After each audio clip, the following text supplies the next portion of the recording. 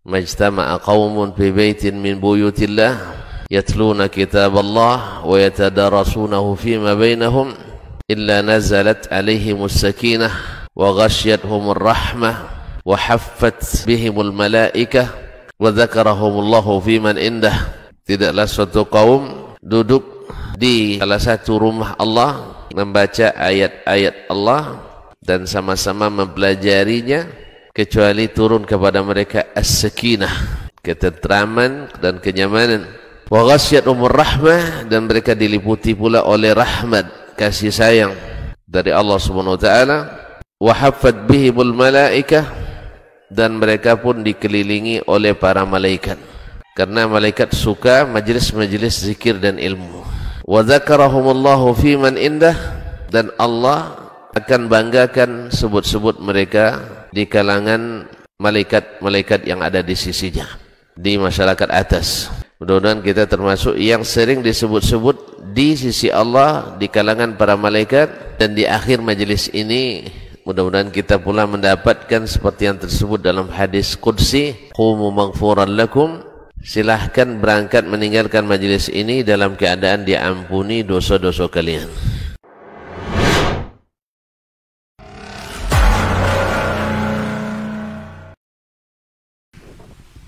Bismillahirrahmanirrahim. Alhamdulillahirabbil alamin, wassalatu wassalamu ala asyrafil anbiya'i wal mursalin wa ala alihi wa ashabihi rasulillahi ajmain. Asyhadu an la ilaha illallah wahdahu la syarikalah wa asyhadu anna Muhammadan abduhu wa rasuluh la nabiyya ba'dah, amma ba'du. 91,1 FM Radio Rabbani, merajut ilmu dan peradaban. Generasi Rabbani dimanapun antum berada dan pemirsa KMTV, alhamdulillah kita bersyukur kepada Allah Subhanahu wa taala atas segala limpahan rahmat dan karunia-Nya kepada kita bersama di kesempatan pagi hari ini. Kemudian salawat dan salam kepada Nabi Muhammad sallallahu alaihi wasallam. Kita bermohon salawat ini selalu tersambung hendaknya kepada seluruh keluarga beliau, kepada para sahabat, dan juga tentunya kepada orang-orang yang senantiasa istiqomah menjaga dan menjalankan ajaran serta sunnah-sunnah beliau hingga hari kiamat kelak. Taib generasi Rabbani dan pemirsa KMTV dimanapun antum berada, alhamdulillah kita kembali di program rutin kita, yaitu program Diktat, Dialog Keilmuan Islam bersama Ustadz. Untuk kesempatan pagi hari ini, alhamdulillah ketiga narasumber seperti biasa sudah berkesempatan hadir dan meluangkan waktu beliau di sela-sela kesibukan yang sangat-sangat menyita waktu. Dan untuk kesempatan hari ini kita akan mengangkat sebuah tema yang menjadi urgent di tengah kita kaum muslimin dan kaum mukminin, yaitu menjadi pembuka pintu kebaikan. Ini merupakan Diktat episode ke-16 untuk kesempatan hari ini, dan tema ini barangkali kita angkat dari sebuah buku Ustaz ya, karya Syekh Abdul Razak. Kemudian kita seperti biasa akan membagi sesi dialog kita ini kepada dua sesi. Untuk sesi pertama seperti biasa pemaparan dari para pemateri kita, kemudian yang kedua sesi interaktif atau dialog tanya jawab dari antum yang berada di studio. Nanti kita akan berikan kesempatan juga untuk antum yang sedang menyimak siaran kita ini di 081273335531. Kita juga selalu menginginkan untuk antum kaum muslimin untuk selalu menjaga protokol kesehatan COVID-19. Taib, kita sapa narasumber yang sudah hadir untuk kesempatan hari ini. Guru kita Ustaz Dr. Dasman Yahya Ma'ali LCMA Hafizahullah Ta'ala. Assalamualaikum Ustaz. Sehat Ustaz? Alhamdulillah. Taib, selanjutnya Ustaz Dr. Helmi Basri LCMA Hafizahullah Ta'ala. Assalamualaikum Ustaz. Sehat Ustaz ya? Alhamdulillah. Kemudian Ustaz Dr. Hidayatullah Ismail LCMA Hafizahullah Ta'ala. Assalamualaikum Ustaz. Sehat Ustaz? Alhamdulillah. Taib, generasi Rabbani dan pemirsa KMTV dimanapun antum bisa menyimak dan menyaksikan siaran kita. Kita buka diktat untuk kesempatan hari ini dengan ucapan basmalah. Bismillahirrahmanirrahim. Untuk tidak memperpanjang mukadimah, kita langsung saja kepada pembahasan untuk kesempatan hari ini. Kita minta untuk yang pertama, yang paling ujung, guru kita Ustaz Dr. Hidayatullah Ismail LCMA Hafizahullah Ta'ala. Fadal Ustaz. Bismillahirrahmanirrahim. Assalamualaikum warahmatullahi wabarakatuh. Alhamdulillah, thumma alhamdulillah. Alhamdulillahilladzi bi ni'matihi tatimmus shalihat. Asyhadu an la ilaha illallah wahdahu la syarikalah. Wa asyhadu anna Muhammadan abduhu wa rasuluhu alladzi la nabiyya ba'dah. يا أيها الذين آمنوا اتقوا الله حق تقاته ولا تموتن إلا وأنتم مسلمون سبحانك لا علم لنا إلا ما علمتنا إنك أنت العليم الحكيم. Amma ba'd, yang kita muliakan guru kita Dr. Hilmi Basri hafizallahu ta'ala, guru kita Dr. Asman Yahya, saudara kita Ustadz Rai yang memandu acara kita pagi ini, dan seluruh tim yang berada di studio KMTV Radio Rabbani 91,1 FM, hadirin hadirat, saudara-saudari, para pendengar setia KMTV dan Radio Rabbani dimanapun berada. Alhamdulillah, setinggi puji dan sedalam syukur kepada Allah atas nikmat yang sangat banyak yang Allah limpahkan kepada kita. Tidak satu detik pun Allah lalai kepada kita, mulai dari alam rahim sampai kita terlahir ke dunia, dan sampai pada detik ini dan saat ini Allah senantiasa mencurahkan rahmat dan kasih sayangnya kepada kita. Kalaulah bukan karena pertolongan Allah dan kasih sayangnya Allah, rahimnya Allah kepada kita, maka sungguh kita tidak akan bisa melakukan satu kebaikan pun di dalam kehidupan ini. Oleh itu, tiada kata yang paling pantas untuk seorang mukmin kecuali senantiasa harus mengucapkan kalimat alhamdulillah, memuja dan muji Allah Subhanahu wa taala. Bahkan kalimat ini pun akan kembali manfaat dan kebaikannya kepada kita. Karena kalimat tahmid yang diucapkan seorang mukmin itu akan memenuhi timbangan kebaikannya pada hari kiamat kelak. Dan itu tercatat sebagai kalimat yang akan membantunya di hari kiamat kelak. Oleh itu kaum muslimin, ya, marilah senantiasa untuk membasahi lisan-lisan kita dengan memuja dan memuji Allah Subhanahu wa taala. Kemudian kita tak lupa dan tak bosan untuk berselawat kepada Rasul sallallahu alaihi wasallam, kekasih kita, guru kita, dan junjungan kita bersama di dalam kehidupan kita menjalankan agama Allah tabaraka wa ta'ala.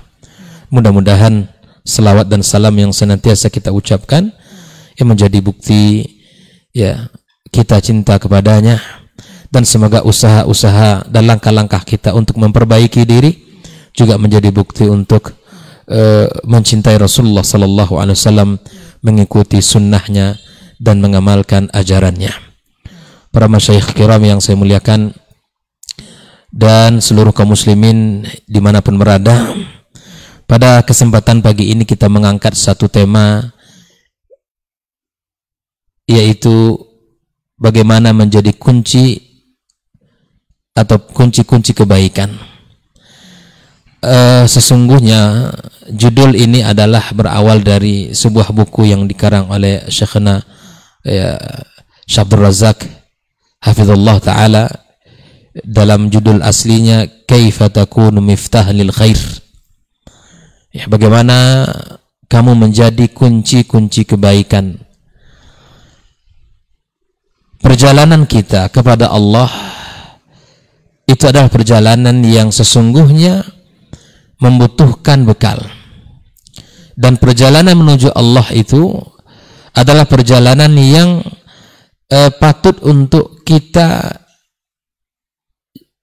persiapkan dan kita jadikan sebagai tempat untuk mendapatkan kebaikan yang abadi di sisinya. Nah, dalam pembahasan ini ya saya menukilkan beberapa hadis yang ditulis oleh beliau di muqaddimah kitab. Di antaranya adalah hadis yang menyebutkan bahwa Rasulullah sallallahu alaihi wasallam mengatakan, hadis ini dari Anas bin Malik radhiyallahu taala anhu, Rasulullah sallallahu alaihi wasallam bersabda, "Inna minan nasi nasan mafatiha lil khairi maghaliqa lisyarr." Ternyata ada di antara manusia itu yang mana mereka adalah menjadi kunci-kunci kebaikan dan penutup pintu-pintu keburukan. Wa inna minan nasi nasan mafatiha lisyarri maghaliqal khair. Maka ternyata ada pula manusia golongan kedua yang mana mereka itu adalah menjadi kunci-kunci keburukan dan menjadi penutup bagi kebaikan. Subhanallah. Dari hadis yang mulia ini yang dihasilkan Syalbani rahimahullah taala, kita dapatkan bahwa ternyata ada dua sisi manusia yang mana Allah jadikan pada tangannya kunci-kunci kebaikan dan Allah jadikan pula pada tangannya ada kunci-kunci keburukan. Sehingga Nabi mengatakan fatuba liman ja'alallahu miftahal khairi ala yadayhi. Maka beruntunglah dia yang Allah jadikan pada tangannya kunci kebaikan. Wa wailun liman ja'alallah miftahas syarri ala yadayhi. Maka celakalah orang yang Allah jadikan padanya kunci keburukan. Nah, hadis yang mulia ini, ma'asyal hadirin rahimakumullah, bahwa sepatutnya bagi orang beriman agar berfikir, agar bersikap, agar menjadi orang yang bersemangat untuk menjadi kunci-kunci kebaikan, ya, untuk menjadi sebab-sebab kebaikan itu ada. Mungkin dengan sangat mudah bahwa ketika niat ini ada dalam setiap manusia, maka Masya Allah, inilah yang harus kita lakukan. Allah akan bantu kita. Apapun yang bisa kita lakukan, tidak mesti pekerjaannya berat. Barangkali apa yang hari ini menjadi yang ada pada tangan kita ini, ya, yang menjadi salah satu bukti kemajuan teknologi, dan itu ilmu dari Allah Tabaraka wa Ta'ala, di mana masing-masing kita ya hari-hari tak lepas yang namanya dengan handphone. Saya ambil misal, ya, ketika kita ingin membuka, katakan itu Facebook ataupun WhatsApp misalnya, maka subhanallah, jadilah kita ini pionir untuk kebaikan. Jadilah kita orang yang ketika memegang sesuatu adalah menjadi sebab kebaikan bagi kita dan orang lain. Mukmin senantiasa berpikir positif. Yang ada pada dirinya adalah kebaikan, yang dia berusaha untuk mendapatkan kebaikan itu dari setiap detik kehidupannya. Kalau dia ingin share, ya di-share-lah sesuatu yang bermanfaat. Ayat-ayat Allah atau hadis-hadis Rasulullah sallallahu alaihi wasallam ataupun perkataan para ulama yang barangkali ayat yang kita share itu sudah sering dibaca atau sudah sering dibahas, bahkan mungkin berulang-ulang tampil dan dibaca di dinding Facebook ataupun mungkin di layar handphone kita. Tapi barangkali ketika kita nge-share tersebut atau menyebarkan kalimat-kalimat itu, ayat-ayat itu atau hadis-hadis tersebut, barangkali disitulah subhanallah seseorang tergugah dan sehingga mendapatkan ya pencerahan dan kemudian dia mengamalkan. Bukankah Rasul sallallahu alaihi wasallam mengatakan man dalla ala khairin kafa'ilihi, yang menunjukkan satu jalan kebaikan dan kemudian diamalkan oleh orang tersebut, maka seperti dia mendapatkan pahala bagi orang yang mengamalkan. Hebatnya lagi, tanpa dikurangi sedikit pun pahalanya. Bayangkan, Allah itu rahim kepada kita, Allah itu maha sayang kepada kita. Allah bukakan pintu-pintu kebaikan yang sangat luas kepada kita. Oleh itu kaum muslimin, ya, daripada kita menyebarkan sesuatu yang menimbulkan fitnah ataupun menulis sesuatu yang kalimat yang itu adalah tidak menunjukkan akhlak dan adab, maka kita tukar, kita ganti bagaimana yang kita lakukan itu adalah sesuatu yang bermanfaat bagi diri kita dan kaum muslimin secara umum. Maka sadarilah dari hadis yang mulia ini ternyata ada dua jenis manusia, yang mana yang pertama adalah menjadi kunci-kunci kebaikan, dan yang kedua adalah menjadi kunci-kunci keburukan. Nah, hadis yang mirip dengan ini, disampaikan oleh Rasulullah sallallahu alaihi wasallam, dan hadis ini diceritakan oleh Abu Hurairah radhiyallahu taala anhu, qala marra an-nabiy sallallahu alaihi wasallam ala nafarin julusin. Nabi SAW suatu ketika lewat di beberapa orang yang sedang duduk, ya. Maka Nabi sallallahu alaihi wasallam menyapa mereka dengan mengatakan, ala ukhbirukum bi khairikum min syarrikum. Ini kata Rasul, maukah kalian aku tunjukkan kepada kalian orang-orang yang baiknya di antara kalian, ya, dari orang-orang yang buruk. Siapa yang baik dan siapa yang buruknya. Ya. Fasakatal kaum. Sahabat ketika itu diam. Maka Nabi mengatakan, fa'adaha thalathan. Lalu kemudian mengulang kalimat tadi. Ya, inilah Nabi SAW, ya, yang menawarkan kebaikan-kebaikan. Ini qudwah kita sallallahu alaihi wasallam. Maka kemudian para sahabat mengatakan, qalu bala ya Rasulullah. Ya. Naam, kami ingin wahai Rasul. Maka akhbirna bi khairina min syarrina. Kasih tahu kami siapa yang terbaik dan siapa pula yang terburuk. Maka Nabi kita sallallahu alaihi wasallam, khairukum man yurja khairuhu. Subhanallah. Yang terbaik di antara kalian adalah orang yang diharapkan kebaikannya. Wa yu'man syarruh, yang terjaga aman dari keburukannya. Di orang itu kalau hadir, masya Allah, orang hati orang senang, ya. Kalau bicara memberikan manfaat, kalau dia datang yang mendatangkan kenyamanan, kalau dia bersama menghadirkan kebaikan, masya Allah, ditunggu.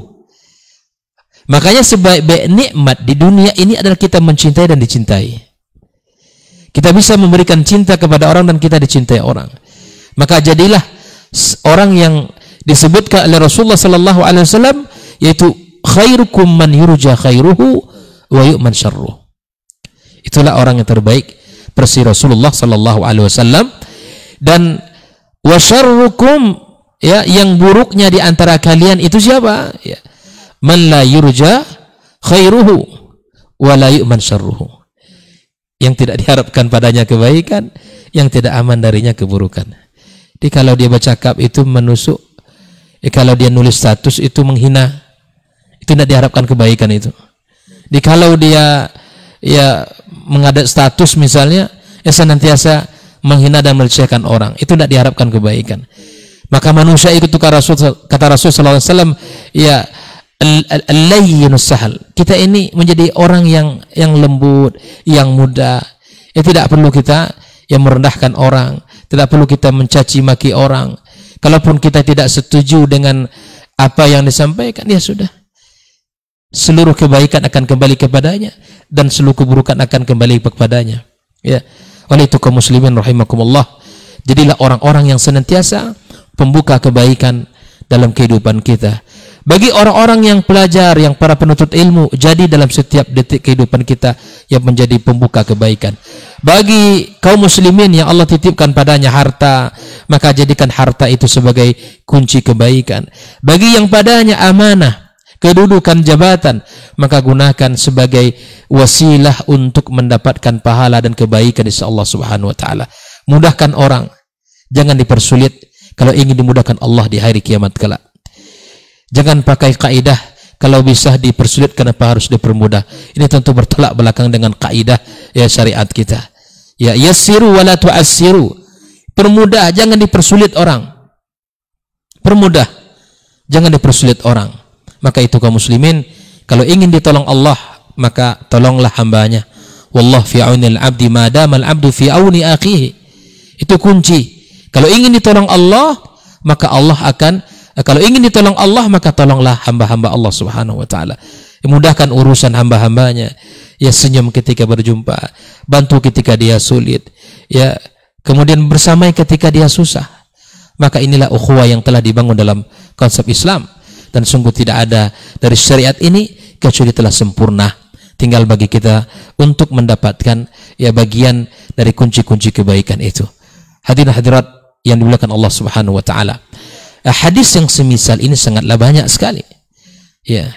Di antaranya adalah seperti yang disebutkan Rasulullah sallallahu alaihi wasallam, ya. Ahabbul ibadi ila Allah anfa'uhum li'iyalihi wa khairun nasi anfa'uhum linnas, dan seterusnya. Dan itu semua adalah hadis-hadis yang menjadikan diri kita ini orang-orang yang memiliki akhlak dan sifat yang mulia di sisi Allah Subhanahu wa taala. Maka berfikirlah sesuatu yang positif dan berikanlah sesuatu yang baik untuk diri kita dan untuk umat ini, maka insya Allah dengan sedikit itu Allah akan berkahi ya dengan apa yang Allah berikan kepada kita. Ya, mudah-mudahan kita menjadi orang-orang yang Allah jadikan pada tangan kita kunci-kunci kebaikan dan penutup kunci-kunci keburukan. Termasuklah alhamdulillah jazakallahu khair para ikhwah ya yang menjadi sebab terjadinya ya pertemuan kita pada pagi yang penuh berkah ini adalah menjadi salah satu contoh ya kunci kebaikan. Sungguh acara ini tidak akan terlaksana atas izin Allah Subhanahu wa taala ya kalau seandainya antum punya ide kemudian para asatidz tidak hadir, mungkin tidak terjadi juga. Dan beginilah wa ta'awanu al-birri wat taqwa wa la ta'awanu al-itsmi wal udwan. Inilah bentuk tolong menolong dalam kebaikan. Yang mudah-mudahan apa saja langkah-langkah yang harus dilakukan sehingga menjadi kunci-kunci kebaikan, maka insya Allah akan dijabarkan oleh guru-guru kita yang lain. Barakallahu fikum. Subhanakallahumma bihamdik asyhadu an la ilaha illa anta astaghfiruka wa atubu ilaik. Wassalamualaikum warahmatullahi wabarakatuh. Waalaikumsalam warahmatullahi wabarakatuh. Baik, barakallahu fikum, jazakumullah khairan Ustaz. Untuk pembukanya memang cukup baik sekali dan kita akan lebih mendalam untuk melanjutkannya, mendengarkan lanjutan dari mukadimah ini dari guru kita Ustaz Dr. Helmi Basri LCM Hafizahullah taala.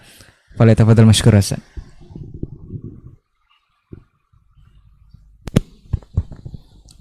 Bismillahirrahmanirrahim. Assalamualaikum warahmatullahi wabarakatuh. Alhamdulillah, wassalatu wassalamu ala rasulillah wa ala alihi wa ashabihi wa mawala.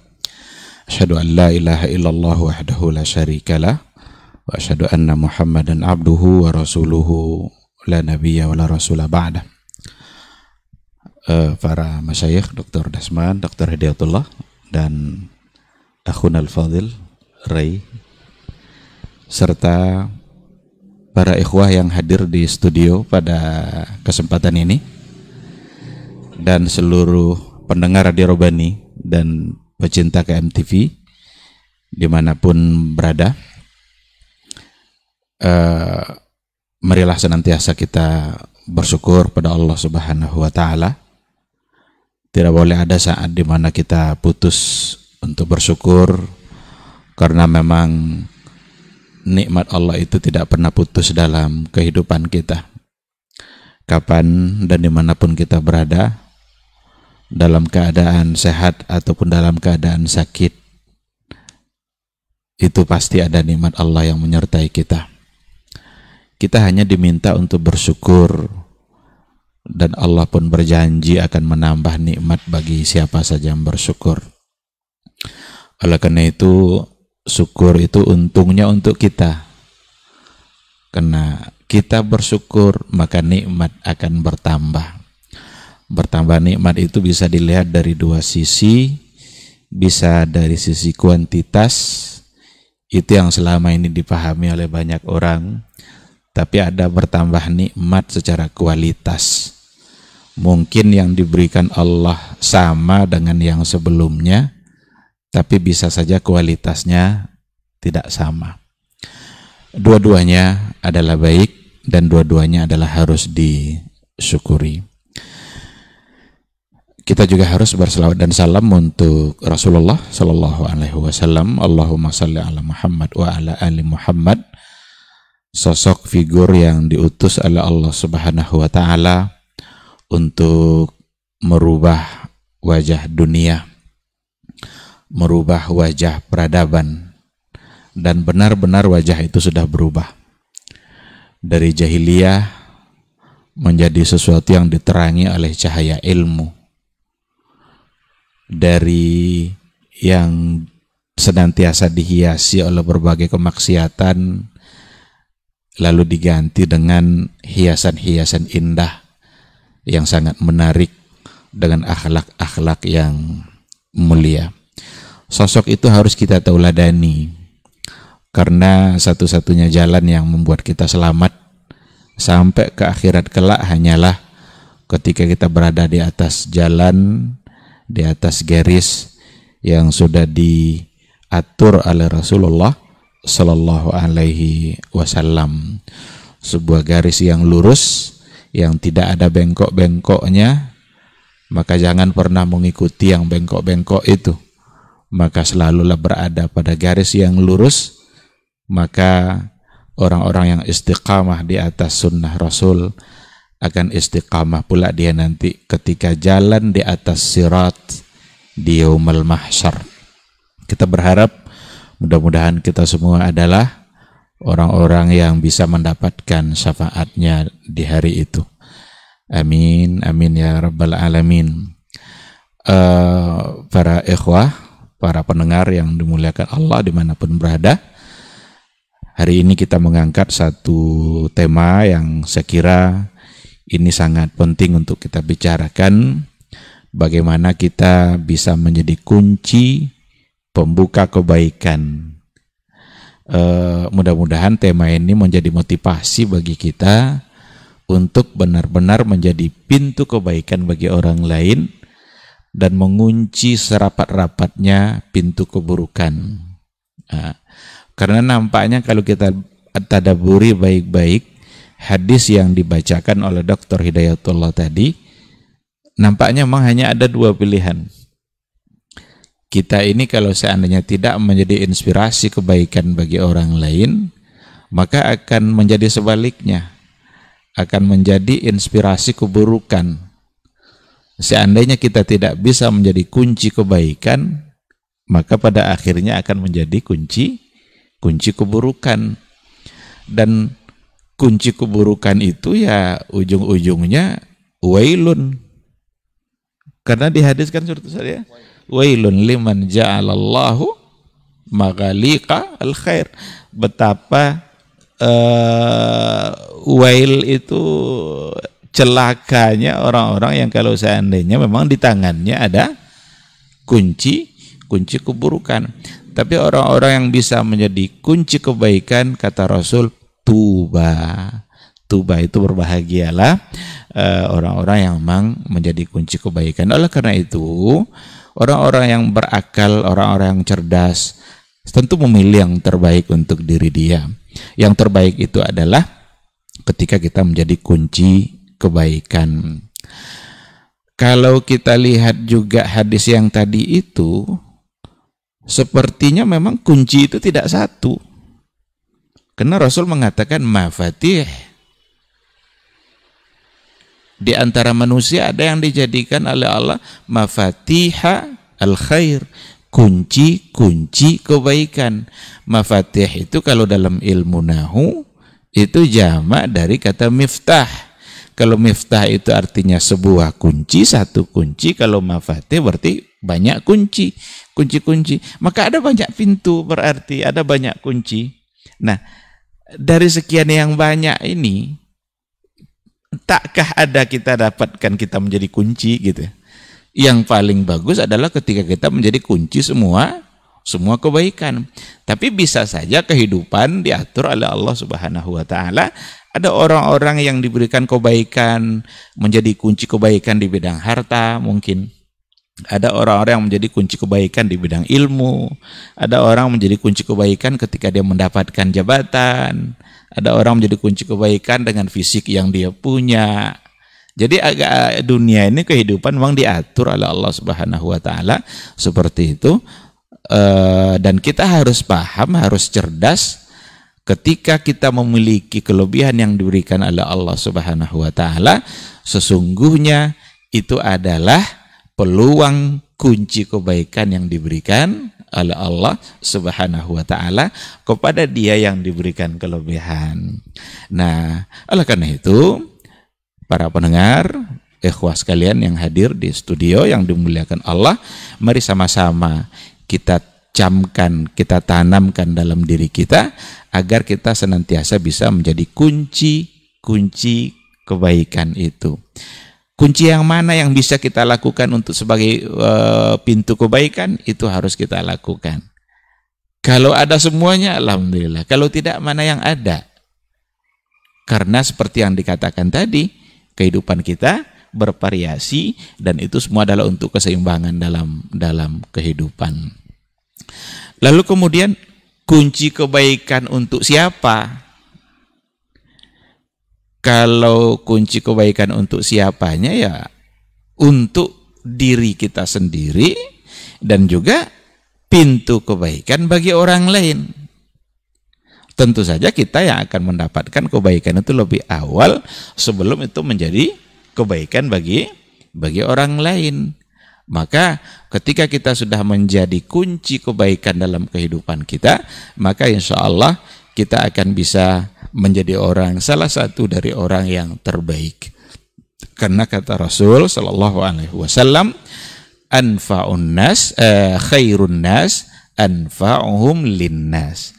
Manusia yang terbaik itu diantaranya adalah anfa'uhum linnas. Dia yang sudah bisa menjadi bermanfaat bagi orang lain. Maka ketika kita sudah menjadi kunci kebaikan, dengan demikian insya Allah kita akan menjadi orang yang terbaik dalam perspektif Allah, dalam pandangan Rasulullah sallallahu alaihi wasallam. Maka sangat penting untuk memahami tema kita hari ini, karena tema ini kalau sudah kita pahami baik-baik, maka yakinlah dan mudah-mudahan kita termotivasi untuk menjadi orang yang bermanfaat, dan orang bermanfaat itu adalah orang yang terbaik kata Rasulullah sallallahu alaihi wasallam. Baik, ikhwati fillah, apa yang harus kita miliki agar kita menjadi kunci bagi kebaikan? Baik kebaikan pada diri kita maupun kebaikan bagi orang lain. Saya ingin meringkas pada 3 garis besar agar kita menjadi kunci kebaikan baik bagi diri maupun bagi orang lain. Yang pertama sekali, harus ada ilmu.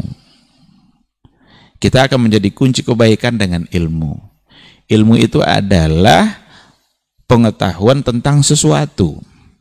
Maka bagaimana mungkin kita bisa berbuat kalau seandainya kita tidak berilmu? Maka ilmu inilah yang akan memberitahukan kepada kita mana yang hak, mana yang batil, mana yang benar, mana yang salah, mana yang sunnah, mana yang bid'ah. Tanpa ilmu kita tidak akan bisa mengerti. Tanpa ilmu sulit kita untuk membedakan mana yang hak, mana yang batil, mana yang benar, mana yang salah, mana yang sunnah, mana yang bid'ah. Tanpa ilmu, kadang-kadang yang sunnah bisa dianggap salah, dan yang bid'ah malah bisa dianggap menjadi benar. Oleh karena itu, kunci kebaikan pertama itu, agar kita bisa menjadi kunci kebaikan, maka mestilah dengan ilmu. Ilmu yang bermanfaat bagi diri kita, dan ilmu yang bermanfaat bagi orang lain. Lalu ilmu apa saja? Ini tentu saja secara luas gitu. Syariat ini secara keseluruhan ya masuk dalam kategori ilmu. Bagaimana kita mengerti dengan Allah, ma'rifatullah. Bagaimana kita mengerti dengan Rasul kita, ma'rifatul Rasul. Bagaimana kita mengerti dengan din, dengan Islam yang dibawa oleh Rasulullah sallallahu alaihi wasallam. Itu semua adalah bagian dari ilmu. Syariat ini semuanya adalah berdasarkan kepada ilmu yang datang dari Allah Subhanahu wa ta'ala.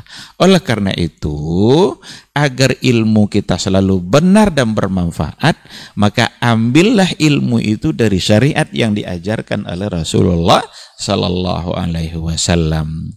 Ketika kita ingin mencoba untuk mengenali Allah Subhanahu wa ta'ala, ambil ilmu pengenalan terhadap Allah itu dari apa yang diajarkan oleh Rasulullah sallallahu alaihi wasallam melalui Al-Quran yang datang dari Allah, dan itu ya cara yang paling tepat, karena Al-Quran itu adalah firman Allah.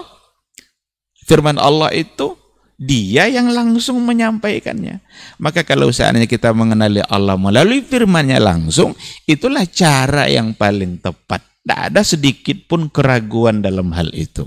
Maka di awal Al-Quran sendiri sudah dikatakan bahwa yang kalian baca ini la raiba fihi. Itu dari awal Al-Quran. Tidak ada satupun keraguan. Jangankan tidak beriman, ragu saja tidak boleh. Coba. La raiba fihi. Nah, ini kadang ada yang menolaknya, ada yang tidak mempercayainya. Padahal ragu saja tidak boleh. Itulah sebabnya itu diletakkan di awal-awal ayat. Karena semua yang akan kita baca dari awal ini sampai akhir nanti, la raiba fihi. Tidak ada satupun yang boleh untuk diragukan. Termasuk diantaranya persoalan akidah. Jadi akan sangat tidak bisa diterima ketika ada orang-orang meragukan banyak hal terkait dengan Allah, dengan sifat-sifat Allah yang ada di dalam Al-Quranul Karim. Bahkan mereka mencoba pula untuk membawa-bawanya kepada pemahaman-pemahaman yang di luar itu, yang justru tidak lagi sejalan dengan yang dikatakan oleh Allah dan oleh Rasulullah Sallallahu Alaihi Wasallam. Nah, oleh karena itu al-ilmu itu sebagai kata kunci. Tidak mungkin kita mendapatkan kebaikan dan menjadi kunci kebaikan kalau seandainya tidak punya ilmu.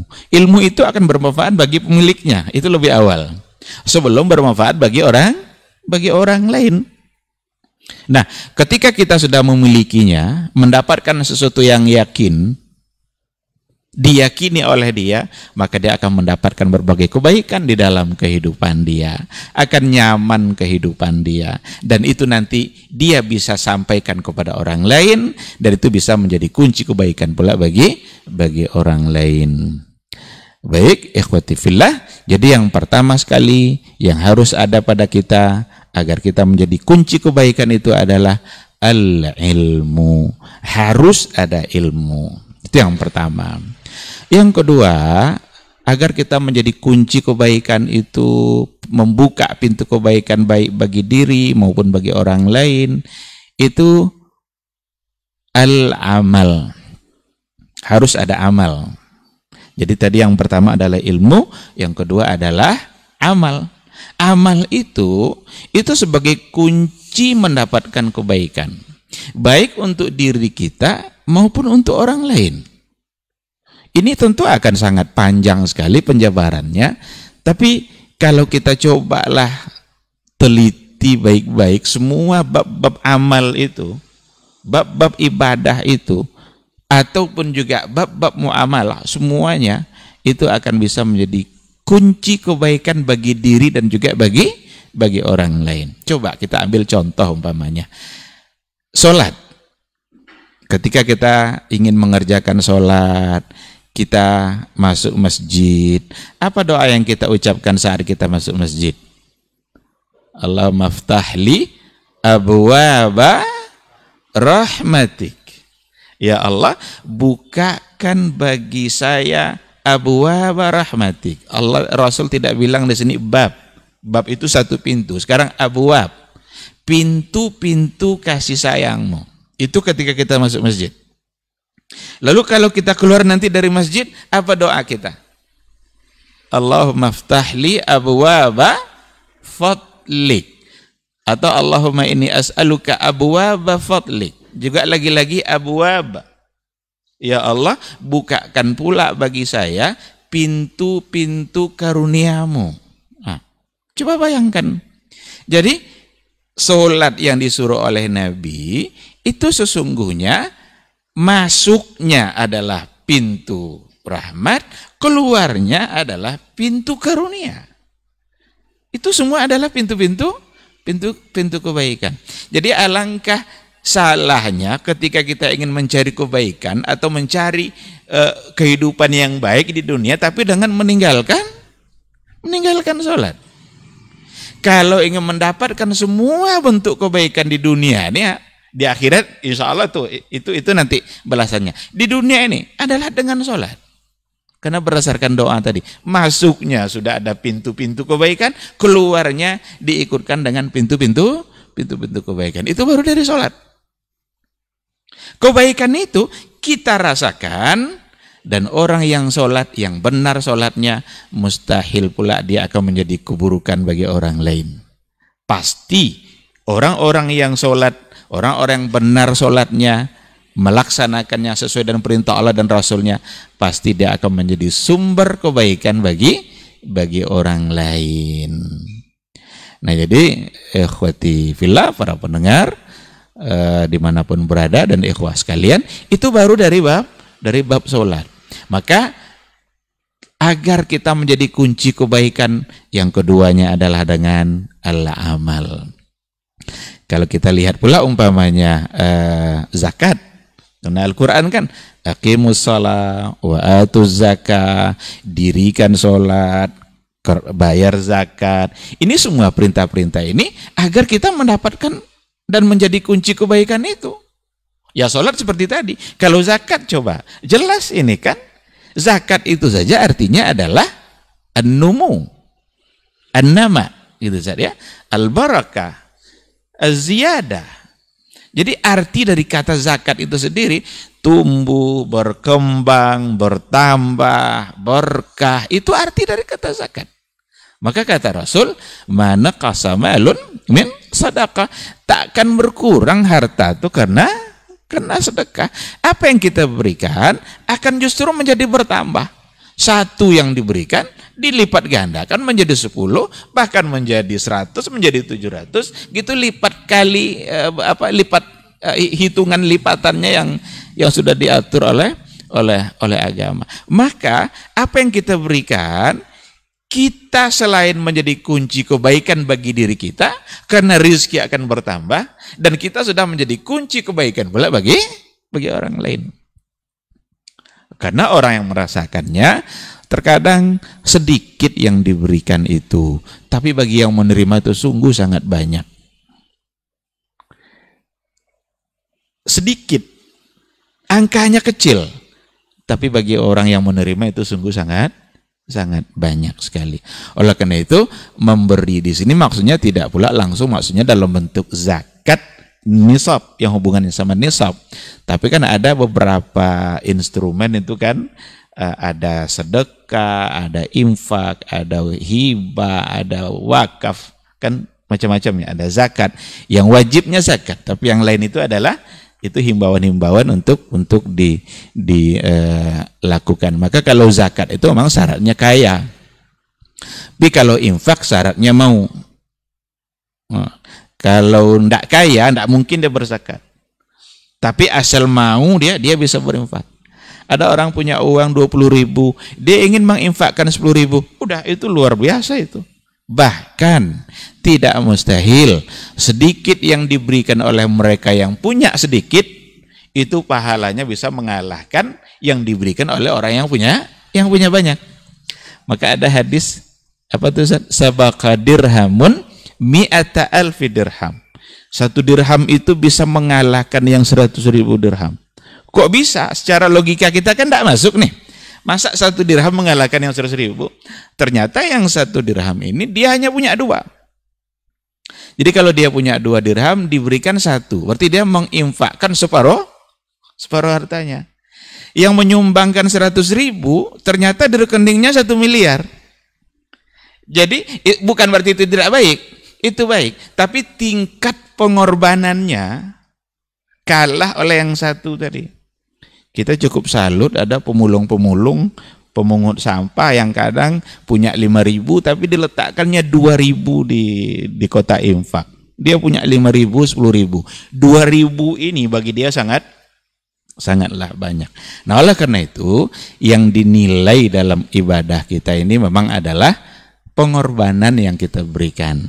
Seberapa besar tingkat pengorbanannya, itulah yang dinilai, dan semakin besar tingkat pengorbanan sebuah ibadah, semakin tinggi pula nilainya di sisi Allah Subhanahu wa ta'ala. Maka yang kedua ini adalah amal kebaikan, amal ibadah yang akan menjadi kunci kebaikan, baik bagi diri pelakunya dan juga bagi orang lain. Itu yang kedua. Dan yang ketiga, agar kita menjadi kunci kebaikan bagi diri sendiri dan bagi orang lain, harus ada akhlak.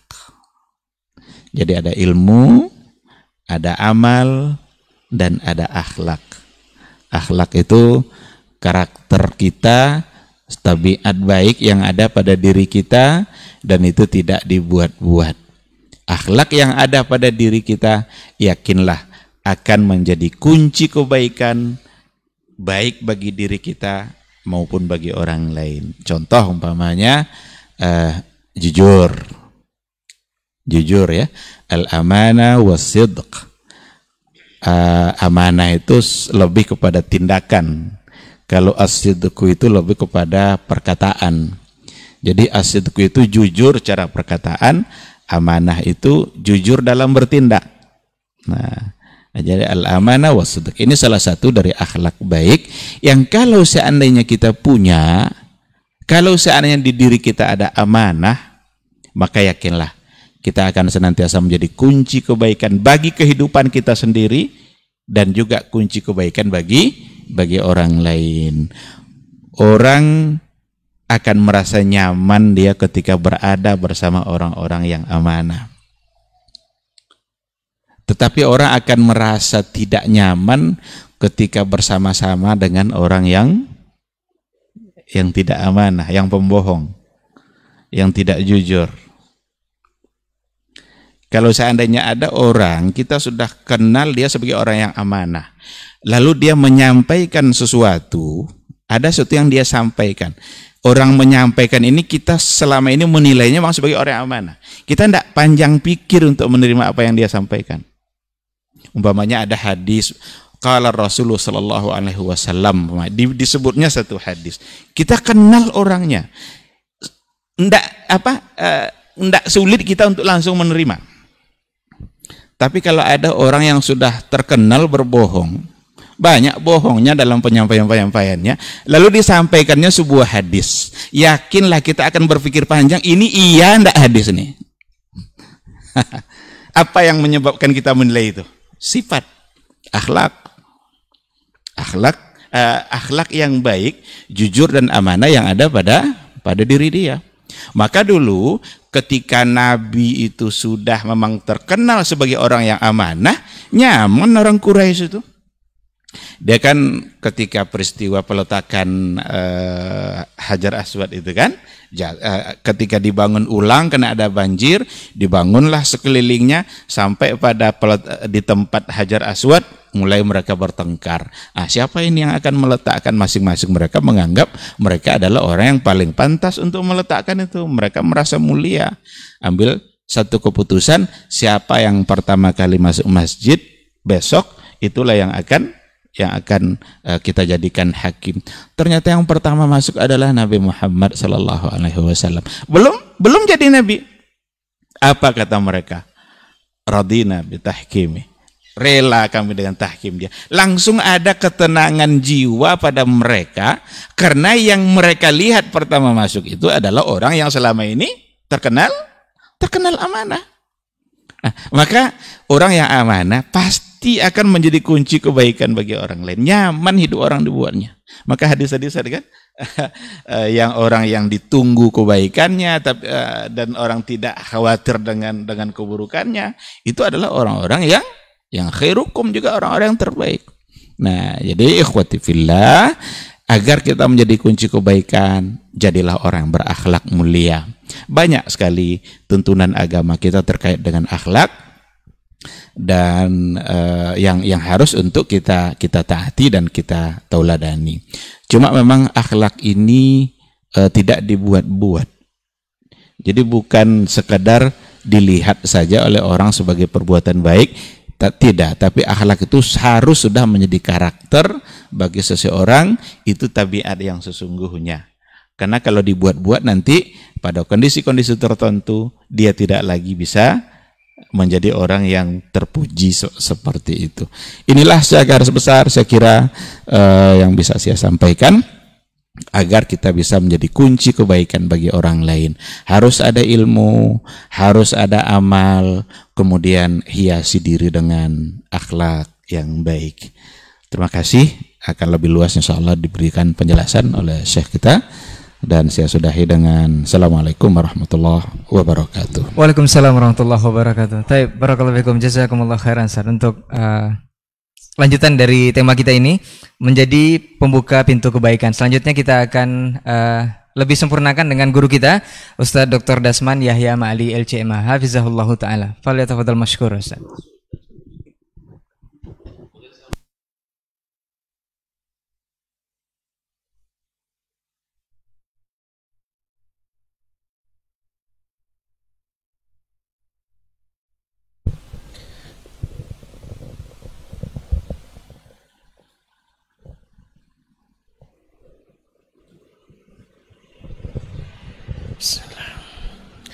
Assalamualaikum warahmatullahi wabarakatuh.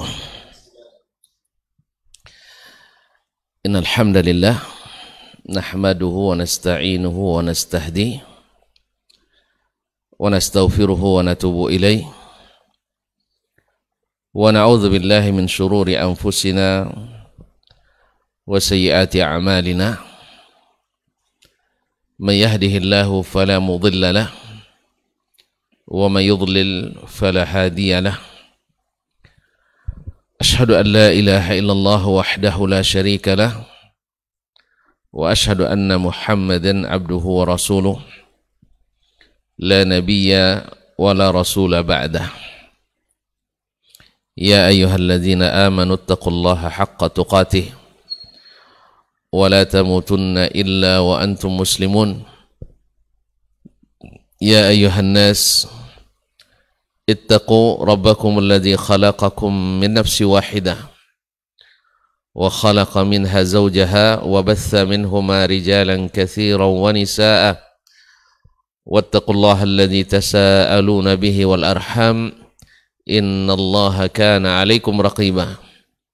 يا أيها الذين آمنوا اتقوا الله وقولوا قولا سديدا يصلح لكم أعمالكم ويغفر لكم ذنوبكم ومن يطع الله ورسوله فقد فاز فوزا عظيما.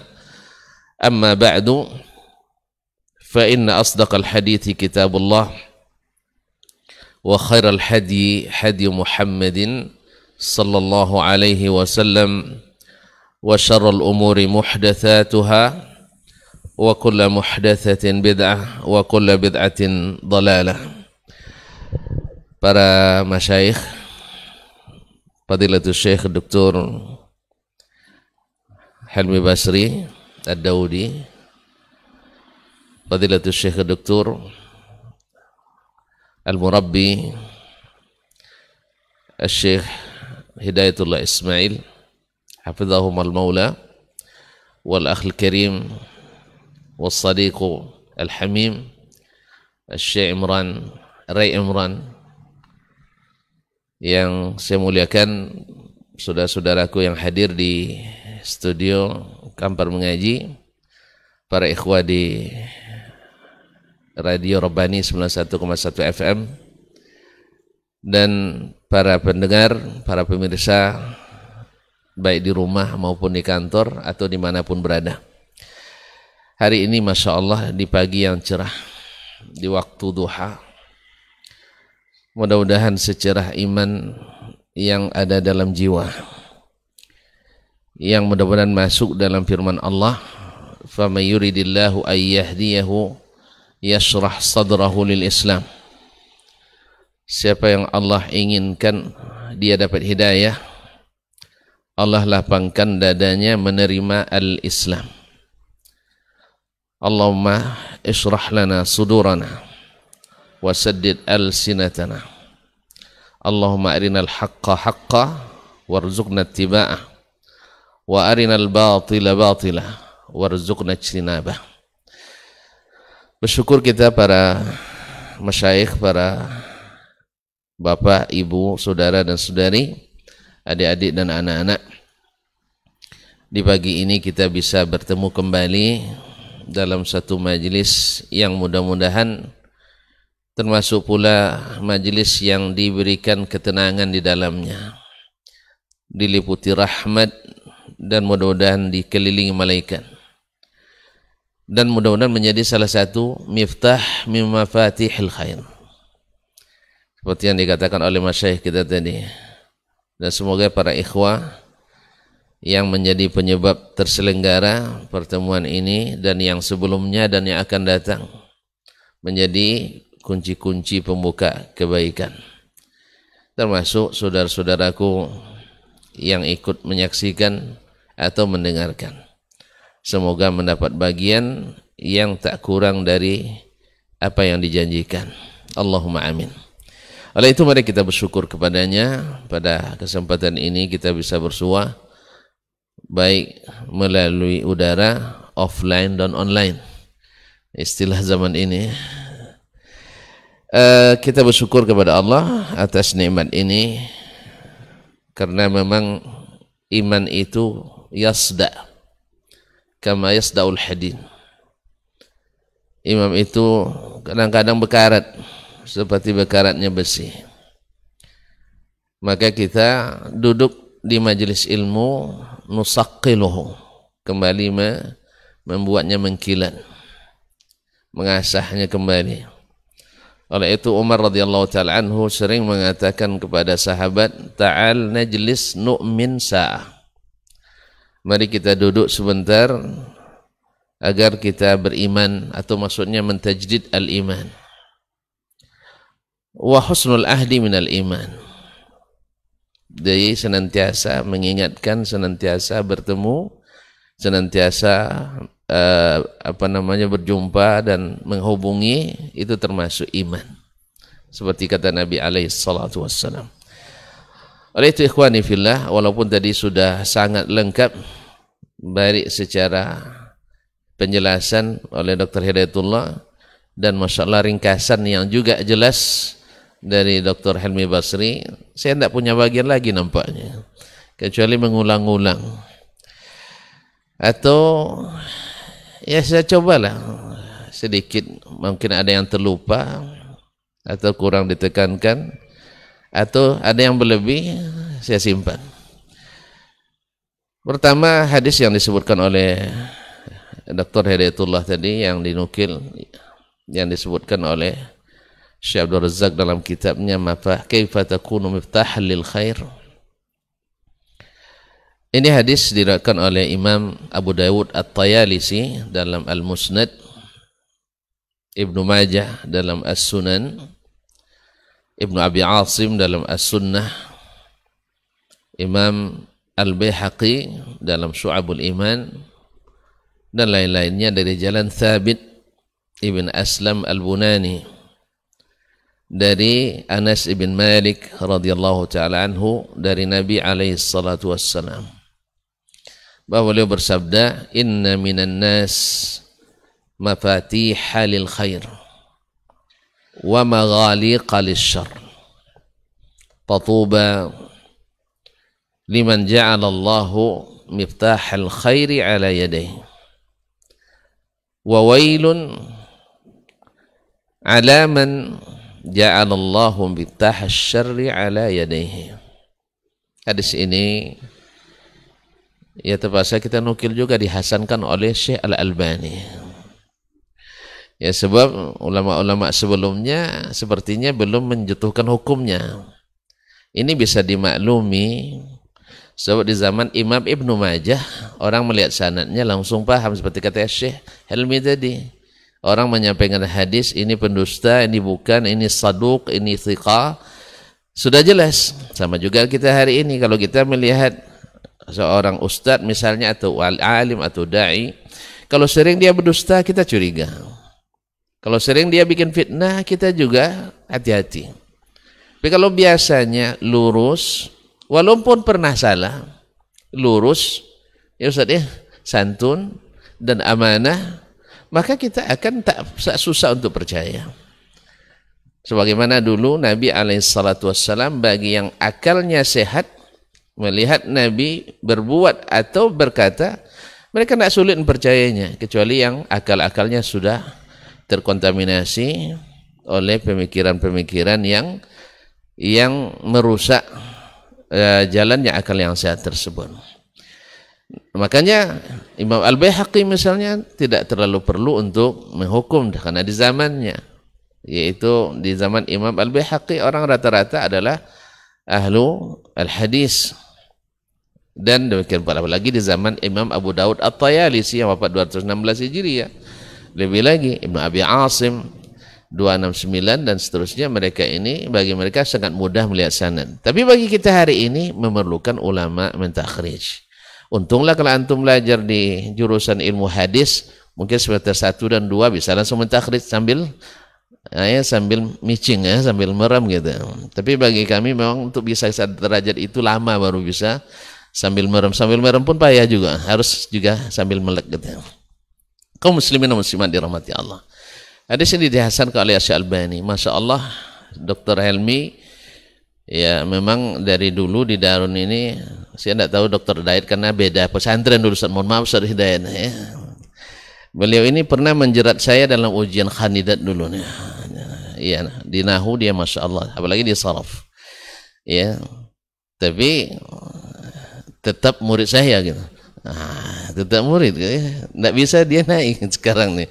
Tapi yang saya katakan sekarang seperti kata Syekh Ahmad Muhammad Syakir, Syekh Mahmud Muhammad Syakir rahimahullah, seperti dikatakan tentang Syekh Zaki Mubarak, seorang sastrawan Mesir.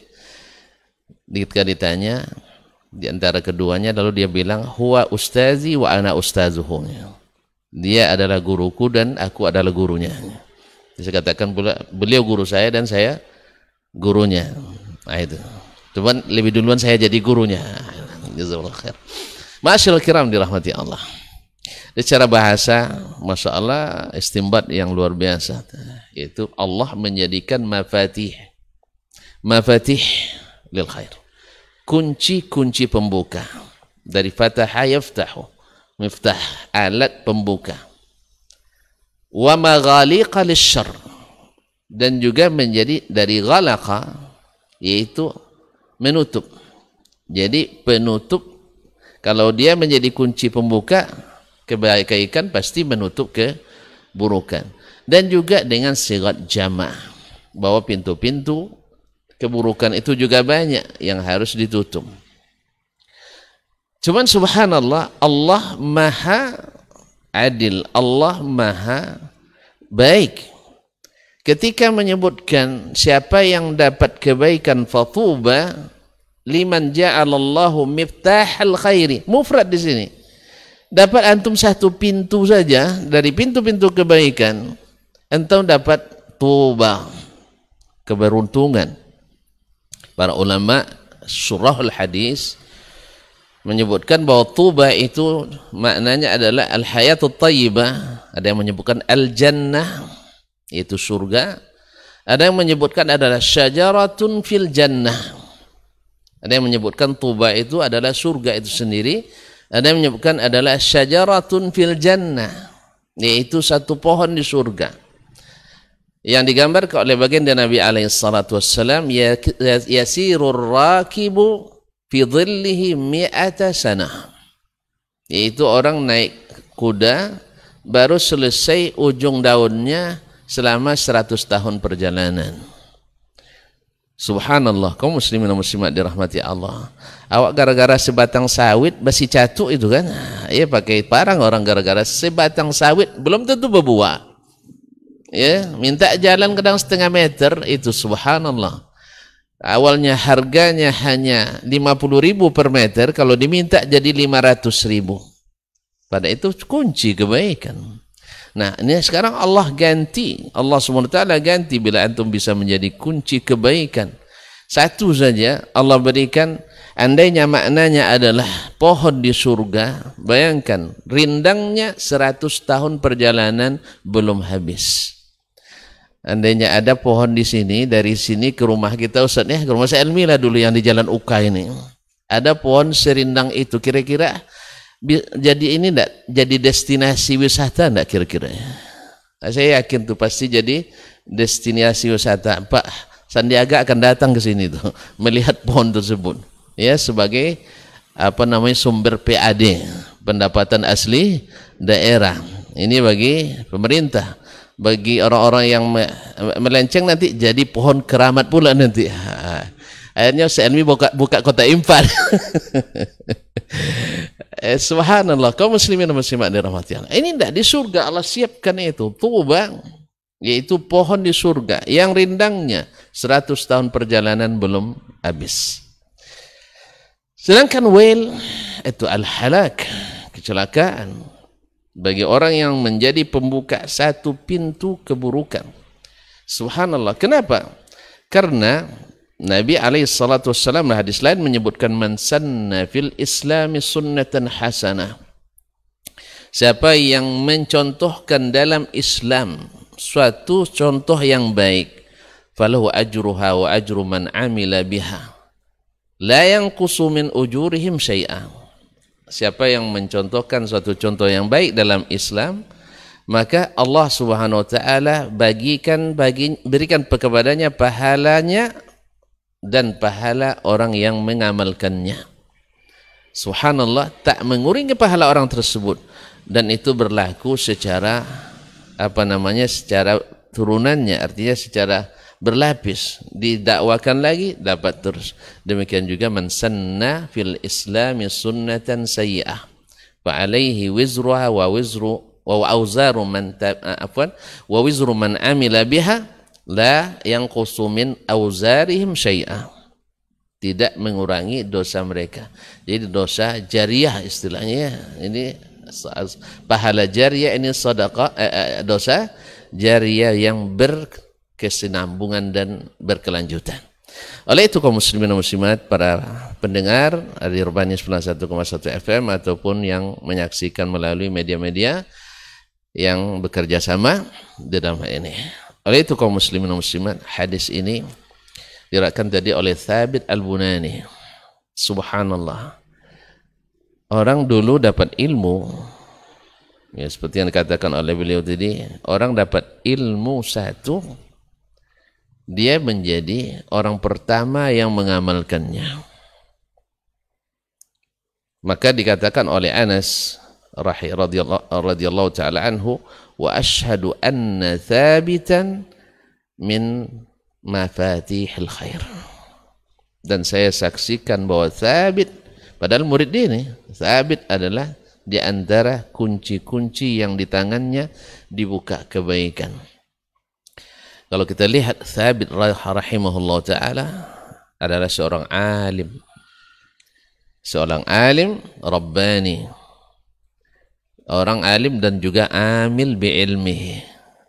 Abidun zahid. Sehingga seperti yang dikatakan oleh atau dinukil oleh Imam Al-Khatib Al-Baghdadi dalam Iqtida'ul Ilmi Al-Amal, bil ilmi yasihhu lakal amal. Dengan ilmu itu amalanmu akan sahih. Wa idza sahha al-amal ta'rifu az-zuhda fid dunya. Bila amalanmu sudah sahih, kamu akan tahu makna zuhud di dunia. Zuhud di dunia artinya tidak berbuat kecuali yang bermanfaat di akhirat. Ini definisi wallahu alam yang terbaik Ustaz tentang zuhud adalah tidak melakukan sesuatu yang tidak bermanfaat di akhirat. Walaupun andainya antum pakai pakaian bagus bermanfaat di akhirat, antum zahid. Maka Nabi kita alaihissalatu wassalam kendaraannya yang terbaik. Dia siapkan pakaian untuk hari raya dan Jumat, pakaian yang terbaik. Dan dia suka juga memilih makanan yang terbaik. Kalau bisa ada dan sehat. Nah, kalau antum punya kendaraan yang terbaik dan itu bermanfaat, antum gunakan untuk akhirat, maka antum zahid. Makanya Sayyiduz Zuhad di zaman tabi'in, Bakar bin Abdullah Al-Muzani, diriwayatkan atau disebutkan oleh Al-Zahabi dan sebelumnya Abu Nuaim dalam Hilyatul Awliya, juga Ibnul Mulaqqin dalam Tabaqatul Awliya, dia sebutkan bahwa bajunya harganya hanya lebih kurang 400 dirham. 400 dirham, berapa dirham? Ustaz, ada ayat yang tahu nih. 1 perak. Sekitar 50.000 lah lebih kurang. 75 sekarang. Biar gampang hitungnya 50 aja loh Ustaz ya. 50 kali 400. Berarti 20 juta bajunya. Jadi kalau nampak nanti Ustaz Hidayat sudah pakai baju 20 juta harganya satu setel, tuan-tuan dekat-dekat lah dia tuh. Berarti dia sudah punya kunci-kunci kebaikan itu. Dah banyak duitnya tuh. Tapi kalau masih harga 50 rial macam sekarang kita nih Ustaz ya, 50 rial, 75 rial paling mahal, ya sekali-sekali 85 rial ya Ustaz ya. Apalagi dah lama ndak umroh, ndak ganti baju. Berarti mungkin miftahnya bukan di bab harta sekarang nih, tapi di bab yang lain. Ya semoga Allah lapangkan semuanya, amin. Masyaallah kiram dirahmati Allah. Jadi dia zahid, sayyiduz zuhad di zaman tabi'in. Wa bizzuhdi targhabu fil akhirah. Dengan zuhud kamu akan berharap akhirat. Wa birraghbati fil akhirati tukhlisul amal. Dengan harapan akhiratlah kamu baru ikhlas. Jadi ternyata tabakat ikhlas itu lama, prosesnya lama rupanya sih. Ikhlas itu langsung berilmu langsung ikhlas belum rupanya. Harus beramal dulu dengan ilmu tadi. Karena ilmu itu yang diamal itu berdasarkan ilmu tadi, bukan berdasarkan yang lain. Ini kadang-kadang tahu ilmunya tapi yang diamalkan lain. Persis betul seperti kata Gus Dur yang mengatakan orang Indonesia itu unik katanya. Lain yang dibicarakan, lain yang dikerjakan. Lain ilmunya, lain yang dipraktekkan. Ya sering kita mengatakan, oh ya itu memang dari Nabi SAW, tapi apalah, awak dia biasa melaksanakan ini. Berarti ilmu ada tapi tidak diamalkan. Ini kaum muslimin dan muslimat, apa sebab antum meninggalkan ilmu tadi, sehingga tertutup pintu kebaikan itu? Karena antum belum memahami makna zuhud yang sebenarnya. Dan dengan tidak paham zuhud tadi, belum berharap akhirat sebenar-benarnya. Masih ada sedikit, atau mungkin banyak, yaitu harapan-harapan duniawi yang menghalangi mengamalkan ilmu tadi, sehingga tidak bisa zuhud. Ketika antum tak bisa zuhud, harapan ke akhiratnya samar-samar. Ya, urusan akhirat kan masih lama. Kalau dunia ini harus dicapai dengan cara dunia pula Ustaz. Akhirat dengan cara akhirat. Nasallallahu salamatul afiyah. Akhirnya apa? Ketika antum tidak bisa berharap akhirat, susah untuk ikhlas itu. Jadi ikhlas itu tawakatnya lebih tinggi rupanya. Bukan langsung orang berilmu langsung ikhlas, tidak. Jadi orang berilmu yang mengamalkan, kemudian tahu makna zuhud, kemudian berharap akhirat, baru dia bisa ikhlas dalam beramal. Baru ikhlas dalam beramal, sehingga bisa seperti Fudail ibn Iyad rahimahullah ta'ala ketika Harun ar-Rashid, seorang khalifah yang alim dan juga saleh, datang haji ke Mekah, dia kirim Perdana Menterinya, siapa namanya, saya lupa namanya, As-Saljuki orangnya. Dia itu dikirim ke menemui Fudail bin Iyad bahwa Amirul Mukminin butuh bertemu dengannya. Ya, dia ingin bertemu dengan seorang alim, zahid, abid, ya orang yang zuhud di Al-Haramain, yaitu Fudail bin Iyad. Kata Fudail, mali wali Harun ar-Rashid. Saya tidak ada urusan dengan Harun ar-Rashid. Subhanallah. Saya tidak ada urusan dengan Harun ar-Rashid.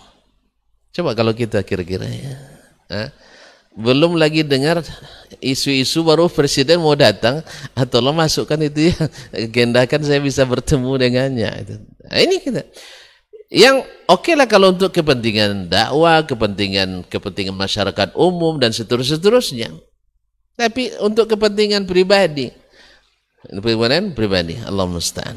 Jadi kaum muslimin dan muslimat dirahmati Allah, para pendengar, para pemirsa yang dirahmati Allah SWT. Nah, inilah yang akhirnya nanti wabil ikhlasi tanalu ridallah. Ketika dengan ikhlas kamu akan mencapai ridha Allah Subhanahu wa taala, dan ketika ridha itu sudah kita genggam, sudah kita dapatkan, tadkhulul jannata birahmatih. Kamu masuk surga dengan rahmatnya. Ikhwani, ma'asyallah ikhwan yang dirahmati Allah SWT, sebenarnya materi ini sungguh ini panjang, kayaknya berseri ini sih ya. Ya berseri nampaknya ini, karena kalau tadi Syekh meringkas dalam 3, yaitu ilmu, amal dan akhlak. Ya, ini garis besarnya. Nanti kita harus meniti garis-garis yang garis-garis apa namanya, detailnya lagi. Sebab Syekh di sini menyebutkan ada 16 miftah. Dan mungkin ditambahkan. Ya, dan miftah yang pertama adalah bahwa Allah lah sebenarnya yang menjadi pembuka pintu kebaikan itu. Kalau Allah tak buka, tidak. Makanya tadi, faman yuridillahu ayyahdiyahu yashrah sadrahu lil Islam. Siapa yang Allah inginkan dia hidayah, Allah lapangkan, Allah bukakan hatinya menerima Islam. Makanya kaum muslimin ketika Nabi Syuaib alaihissalam dalam berdakwahnya, padahal beliau sebelumnya diharapkan oleh kaumnya, laqad kunta fina marjuwa, kamu dulu orang yang diharapkan, tapi tiba-tiba bawa yang seperti ini. Mereka menginginkan Syuaib itu mengikuti apa yang sudah ada. Ya, sama sebagian besar masyarakat kita hari ini, antum pergi belajar jauh-jauh ke luar negeri atau jauh-jauh keluar daerah, setelah berilmu nanti pulang, jangan rusak yang ada, tapi ikuti saja apa yang sudah ada. Nah, kalau perlu carikan dalilnya, kalau tidak ada dalil carikan dalihnya. Itu yang diinginkan oleh masyarakatnya. Dan Syuaib dan para nabi pada umumnya kan tidak, karena yang dibangun oleh masyarakat berdasarkan akal dan pikiran serta perasaan itu ada benar, ada yang salah. Ada benar, ada yang salah. Yang benar tetap dikokohkan, yang salah harus diluruskan. Sebab kalau yang benar tidak diluruskan, merusak yang benar. Merusak yang benar. Makanya mereka tentanglah Nabi Syuaib. Nah, saat itu Nabi Syuaib berdoa, Rabbana ftah bainana wa baina qaumina bil haqqi wa anta khairul fatihin. Ya Allah, bukakanlah jalan temu antara kami dengan kaum kami dengan kebenaran. Sesungguhnya engkau adalah sebaik-baik yang membuka kebaikan. Nah, membuka ini bisa dengan cara mereka mengimani, atau bisa saja dengan cara Allah memberikan kemenangan kepada orang-orang yang beriman. Ma'asyiral kiram dirahmati Allah SWT. Jadi sesungguhnya Allah lah yang membukakan. Makanya di saat kita diberikan taufik oleh Allah SWT dalam dakwah, dalam bersedekah, dalam mengajar, dalam belajar, dalam berinfak, dalam bersedekah, dalam berpikir, dalam menulis, dalam berkarya, dalam apapun, sebenarnya Allah lah yang membuka.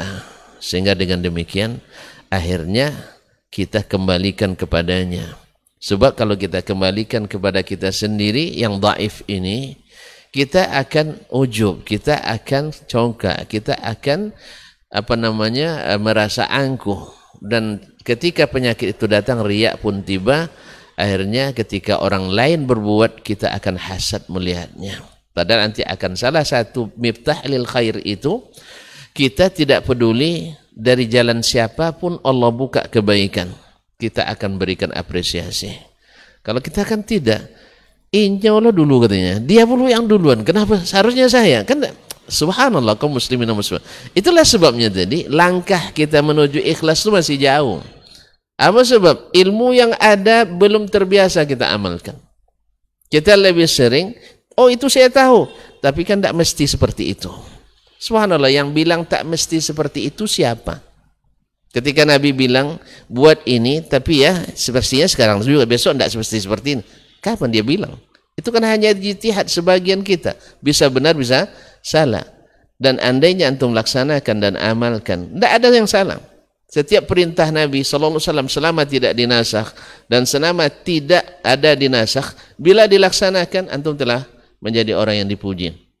Dan dengan demikian nanti antum tahu bagaimana makna zuhud, tahu makna zuhud berharap akhirat. Bila sudah dalam berbuat hanya akhirat yang terbayang, maka datang keikhlasan. Artinya di tangan siapapun Allah membuka pintu itu, maka kita tetap bersyukur. Dan kita tetap berterima kasih dan memberikan apresiasi. Saya misalnya, saya bercita-cita nak membuat universitas terkemuka, misalnya. Ya, tiba-tiba misalnya saudara Nopendri buka universitas. Alhamdulillah, apa yang saya cita-citakan sudah tercapai melalui tangannya. Kita sudah dapat kebaikan, pernah berniat untuk itu. Nah, kalau seandainya sekarang dia butuhkan saya jadi guru besarnya, apa tahu jadi rektornya sekali, kan dengan senang hati aku terima. Ya, walaupun hanya jadi rektor, walaupun hanya jadi rektornya, tinggal berterima kasih. Untuk apa antum merasakan kenapa pula dia berapa tahun umurnya di bawah saya, anak kemarin sore belum tahu apa-apa, tidak ngerti apa-apa. Nah, ini tidak ada pada orang yang ikhlas. Kalau masih ada yang seperti ini, berarti perjalanan kita menjadi pembuka kebaikan masih panjang. Oleh sebab itu, insya Allah pembicaraan kita masih panjang. Mudah-mudahan, ya Ustaz ya, mungkin sampai seri ke-25 nanti tetap Mafatihul Khair insya-Allah taala. Ini saya terima kasih kepada Dr. Hidayatullah, ini yang beliau yang membuka pintu ini nih. Ya, semoga menjadi kebaikan beliau pula. Dia yang tunjukkan, walaupun saya sudah sering baca, tapi dia yang angkat, Masya Allah. Nah, semoga Allah jadikan beliau salah satu dari pintu yang membuka kebaikan-kebaikan bagi semua. Ini yang dapat saya sampaikan. Wallahu ta'ala alam wa sallallahu ala nabiyyina Muhammadin wasallam. Terima kasih dan mohon maaf. Wassalamualaikum warahmatullahi wabarakatuh. Waalaikumsalam warahmatullahi wabarakatuh. Baik, barakallahu fikum, jazakumullah khairan Ustaz, untuk penyempurnaan materi kita di kesempatan hari ini mengenai menjadi pembuka pintu kebaikan. Dan ini kita harapkan juga bukan yang pertama, ini akan ada seri-seri atau episode-episode selanjutnya. Baik, seperti biasa di sisa waktu yang tersisa kita akan bersoal jawab di 081273335531 untuk antum yang menyaksikan atau menyimak program kita ini.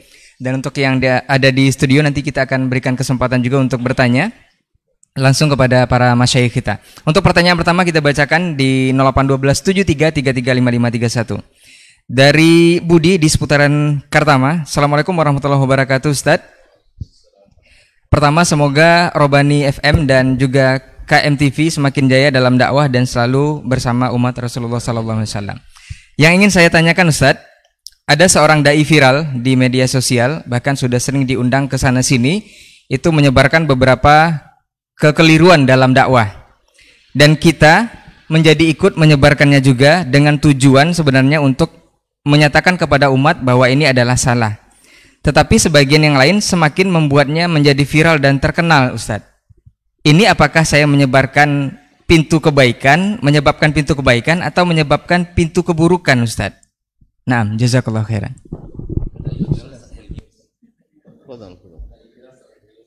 Yang viral beliau. Bukan bahasa kontemporer.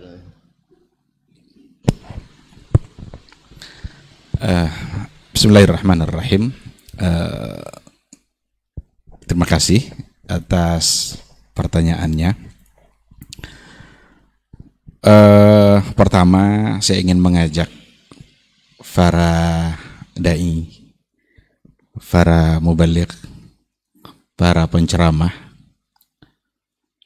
agar meningkatkan keikhlasannya kepada Allah Subhanahu wa taala, bahwa dia menyampaikan itu adalah karena Allah dan sesuatu yang memang datang dari Allah dan datang dari Rasulullah Sallallahu Alaihi Wasallam. Janganlah jadikan mimbar-mimbar dakwah itu untuk menyampaikan sesuatu yang, apalagi kalau seandainya tujuannya untuk menjadi viral. Karena nampaknya sekarang memang agar menjadi viral itu harus berani untuk menyampaikan hal-hal yang berbeda, yang aneh-aneh, atau cepat viralnya itu. Khalif tu'raf gitu ya. Berbedalah agar kamu bisa dikenal. Karena dakwah itu adalah kerja mulia. Dakwah itu adalah kerja yang diawali dulu oleh Rasulullah Sallallahu Alaihi Wasallam. Maka orang-orang yang berdakwah sekarang sebenarnya adalah mereka menggantikan Rasul itu dalam menyampaikan. Oleh karena itu, apa yang dulu menjadi tujuan Rasul dalam berdakwah, itu juga lah yang harus menjadi tujuan para pendai, pendakwah hari ini. Itu juga yang harus menjadi tujuannya, untuk menyebarkan agama, menyampaikan kebenaran, agar kebaikan semakin menyebar. Jadi bukan untuk menyampaikan sesuatu yang mudah-mudahan itu bukan karena ada unsur kesengajaan, barangkali mungkin karena ketidaktahuan atau dan lain sebagainya. Cuma secara faktual memang sudah banyak yang menyimpang itu menyebar dan viral, kan seperti itu. Kadang kita pun ketika kita coba untuk mendengarkan apa yang disampaikan, memang bisa sangat jauh gitu. Kita bisa mengatakan sangat jauh ini bukan pula klaim kebenaran ini, karena serba susah hari ini. Kita katakan itu tidak benar, masa kamu aja yang benar? Nanti dianggap pula sebagai pemegang kunci surga. Seolah-olah awak pula yang hanya pantas masuk surga. Bukan. Ini kita menyampaikan sesuatu karena memang agama menyuruh kita untuk saling menasehati. Kan itu kan, wa tawassaw bil haq wa tawassaw bis sabr. Kalau ada yang keliru, maka kita perlu sampaikan. Maka menyampaikan kekeliruan itu ya untuk menyampaikan kepada masyarakat agar mereka tidak begitu mudah menerima hal-hal yang kalau memang keliru. Ada banyak hal. Kalau kita angkat lagi contohnya sekarang ini akan dituduh lagi macam-macam. Saya berikan satu contoh aja, mau dituduh mau enggak itu terserah. Ada video viral bilang dia ketemu Nabi sambil tersadar, dia sambil ceramah, pula datang Nabi nemui dia. Bisa kita terima?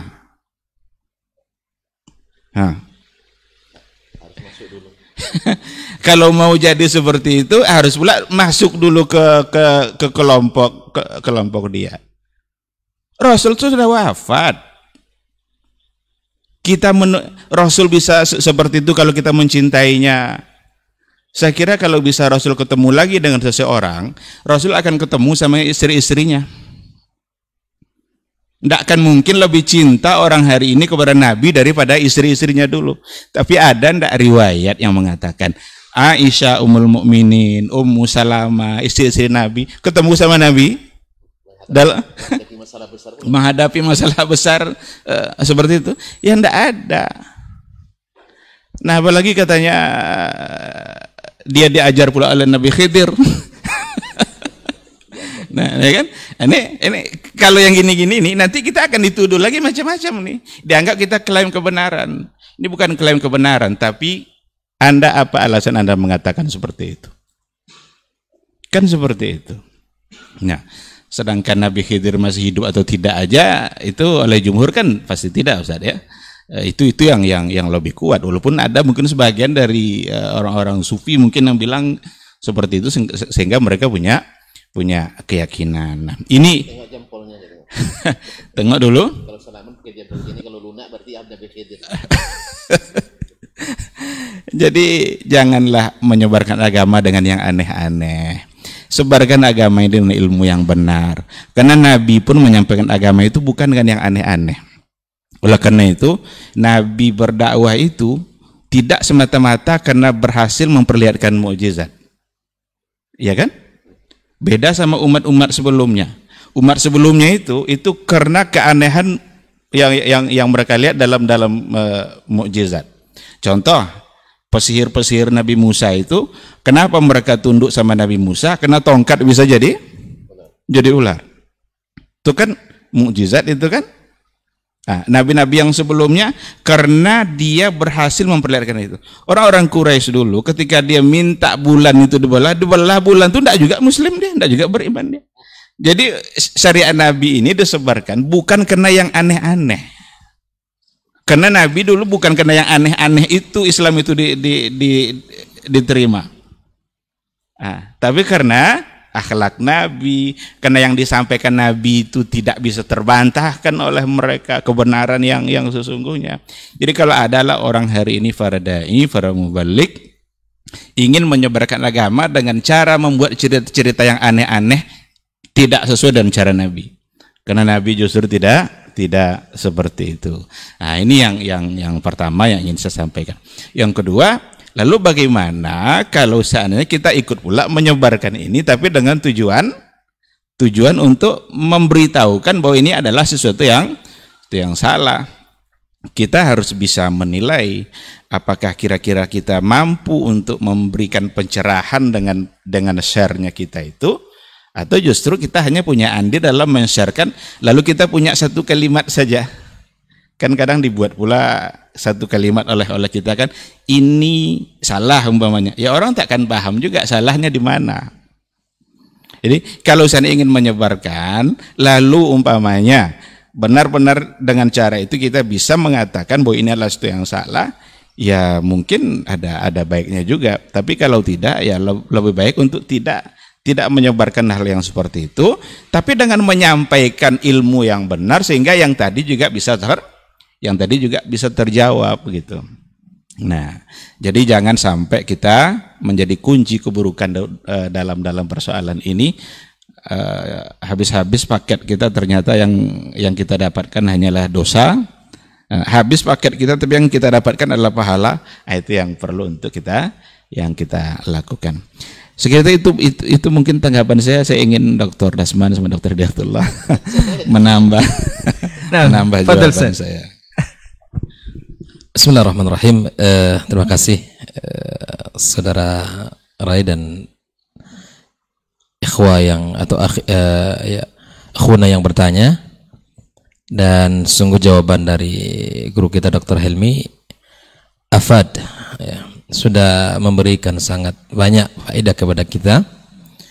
Namun ada satu sisi yang ingin saya sampaikan, bahwa beginilah para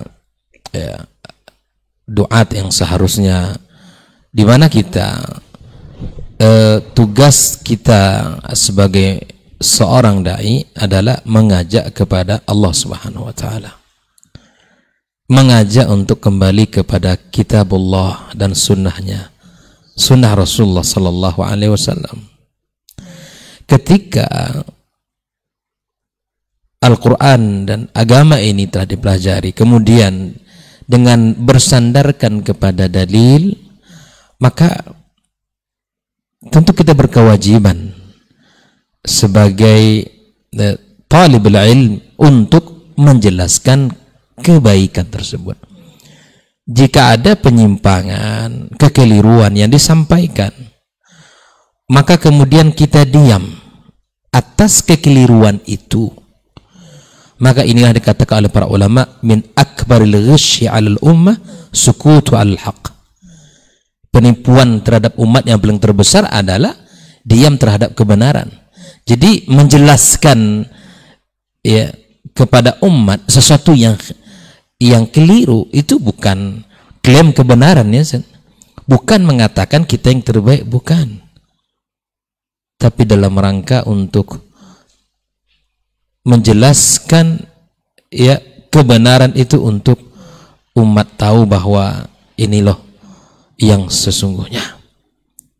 Oleh itu kaum muslimin, maka sekali lagi saya mengajak diri kita dan seluruh kaum muslimin untuk sama-sama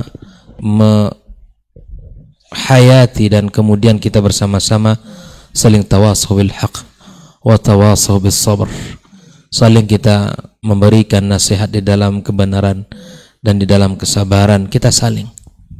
Oleh itu kita saling mendoakan mendoakan di dalam kebaikan, mendoakan di dalam munajat-munajat kita, umat ini, kita semua para duat, para asatidz diberikan kekokohan dan taufik serta bimbingan untuk bisa menyampaikan kebenaran ini. Mungkin ini yang ingin saya sampaikan, satu poin bahwa ketika kita menjelaskan suatu kekeliruan, itu bukanlah sesungguhnya klaim terhadap sebuah kebenaran, membatasi itu kepada kita, tidak, tetapi itu adalah sebuah usaha untuk menerangi jalan. Dan kemudian kalau kita diam dan kita tahu itu adalah kekeliruan, maka itu termasuk al-ghisyu al-ummah, kita menipu umat ini, waliyadzubillah. Semoga Allah Subhanahu wa taala memberkahi kita semua. Assalamualaikum warahmatullahi wabarakatuh. Waalaikumsalam warahmatullahi wabarakatuh. Ustaz, ada tambahan Ustaz? Naam. Kalau diminta saya tambah. Ma'asyarul kiram dirahmati Allah, terima kasih. Pertanyaannya memang bagus sekali. Kadang-kadang seperti kata sebagian para ulama, kadang-kadang itharatul fitnah tuaddi ila fitnah akthar wa akbar atau asyad. Kadang-kadang menyebarkan fitnah yang timbul dalam masalah agama ini, kadang-kadang didiamkan lebih bagus. Justru kadang-kadang kalau tidak diikuti dengan hujah yang lebih kuat, justru kadang menambah suburnya fitnah itu.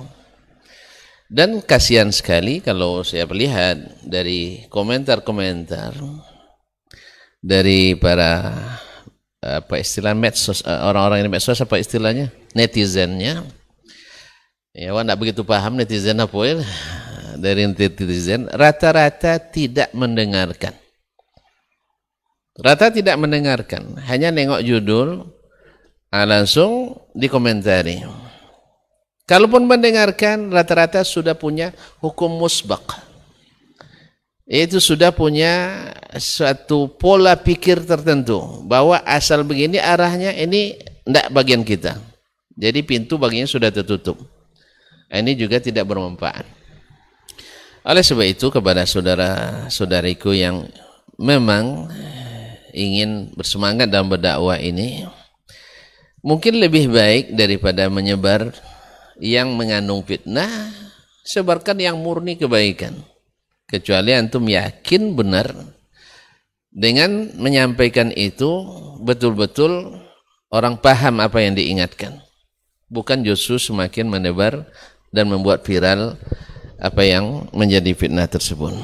Kemudian ada satu hal lagi, dan ini sudah disampaikan oleh beliau berdua, bahwa sukut, diam terhadap kemungkaran, dan kemungkaran yang paling besar adalah kemungkaran orang yang a'immatul mudhillun, yang paling dicakuti oleh Nabi SAW, para imam yang menyesatkan. Tadi surah Ibnu Majah dan disahihkan oleh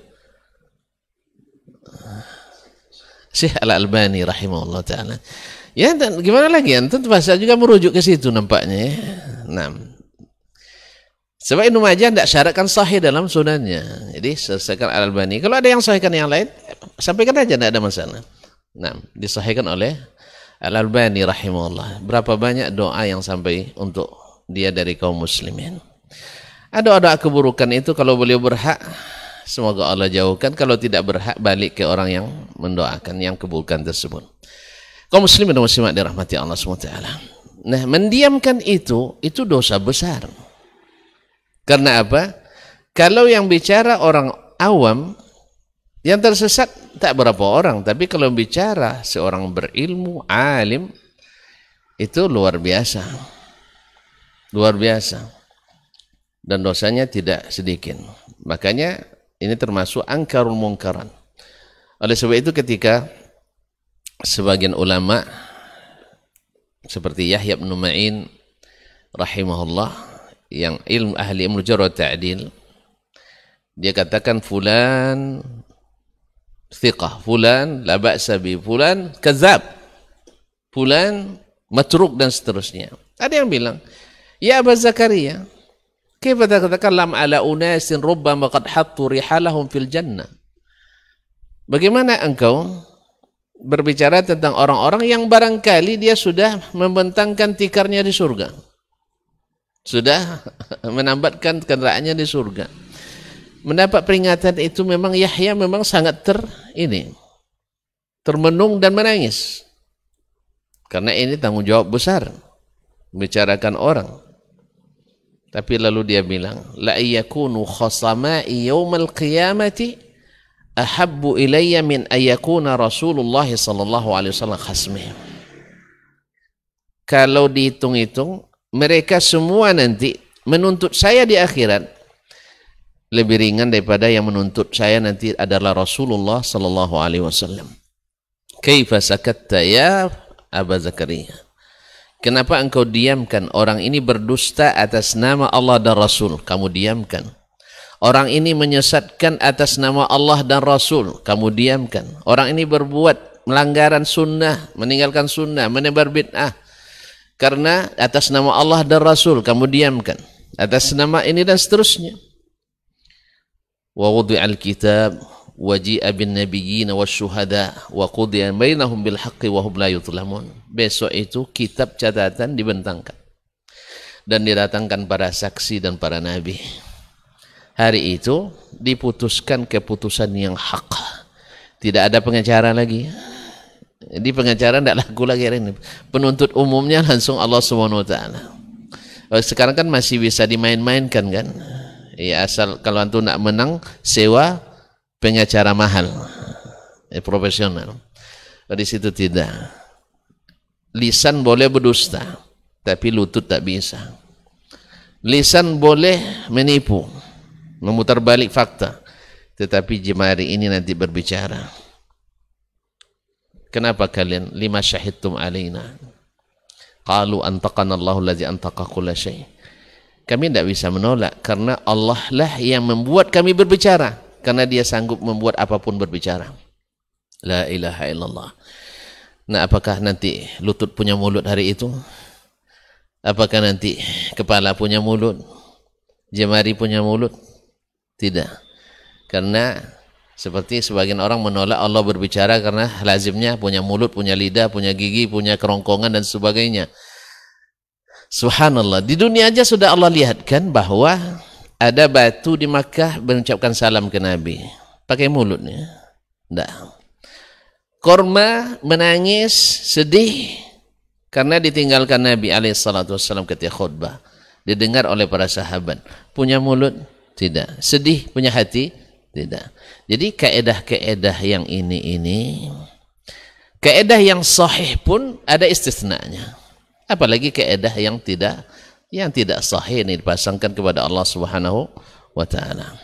Nah, yang seperti ini perlu dijelaskan. Sebab kalau tidak jelaskan, berapa banyak ayat yang diisolasi, ayat yang dikarantina, berapa banyak hadis yang tidak diamalkan.